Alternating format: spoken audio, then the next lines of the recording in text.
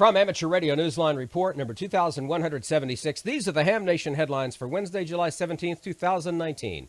Two more amateur radio groups have weighed in on a controversial proposal to change the primary use of the 2-meter band to be for aeronautical surveillance use. The Radio Society of Great Britain, the RSGB, has written to the UK communications regulator Ofcom expressing concern over a proposed agenda item for the 2023 World Radio Communications Conference that would reallocate the frequency range of 144 to 146 megs to aeronautical services as the primary user. President Dave Wilson, M0OBW, wrote of the organisation's deep concern about preserving amateur radio's primary allocation globally. The French have asked that the 2023 session of the WRC include this proposal on the agenda, which is set well in advance of that year's session. In June, the IARU Region 1 issued a strong statement opposing the proposal's inclusion on the agenda. Separately, the South African Radio League recently added its voice in opposition. SARL noted on its website, quote, "The various amateur radio organisations in CEPT countries are working with their authorities to block the proposal from being put forward as an agenda item for WRC 23, unquote. Meanwhile, the French proposal has advanced for discussion at a meeting in August of the CPT Conference Preparatory Group, where its inclusion at the 2023 meeting will be discussed. For Amateur Radio Newsline, I'm Jeremy Bucci for NJH.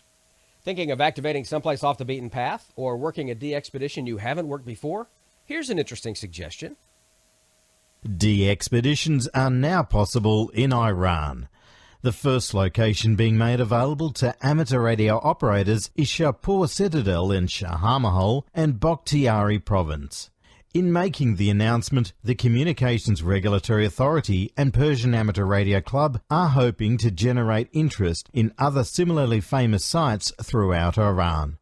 Interested D-expeditioners should contact the coordinator Ali, EP3AG at ep3ag@yahoo.com at least 3 to 4 months before the desired date of operation in order to secure the necessary paperwork.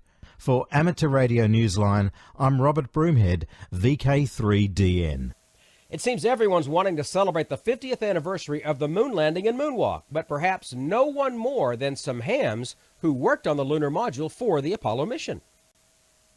Because the Apollo 11 Lunar Excursion Module, the LEM, began with the efforts and talents of the men and women of the Grumman Corporation in New York, it's only fitting that this year's 50th anniversary tribute on amateur radio should begin the same way, with two hams who worked on it at the Bethpage, Long Island facility. As special event station K2M begins the first of its 6 days of operation on July 16th at 1332 UTC, Leon, KD2ONC, and Jim, W2KFV, who are both LEM team members, will be on the air calling the first CQs. The special event station, which is being operated by the Great South Bay Amateur Radio Club, is a tribute to the 50th anniversary of the LEM. That finds Leon and Jim collaborating one more time on one more project. They'll both be signing commemorative certificates that will be given to only the first 50 hams who successfully contact K2M. Be listening for them on 20 meters. The frequency is, of course, 14.321.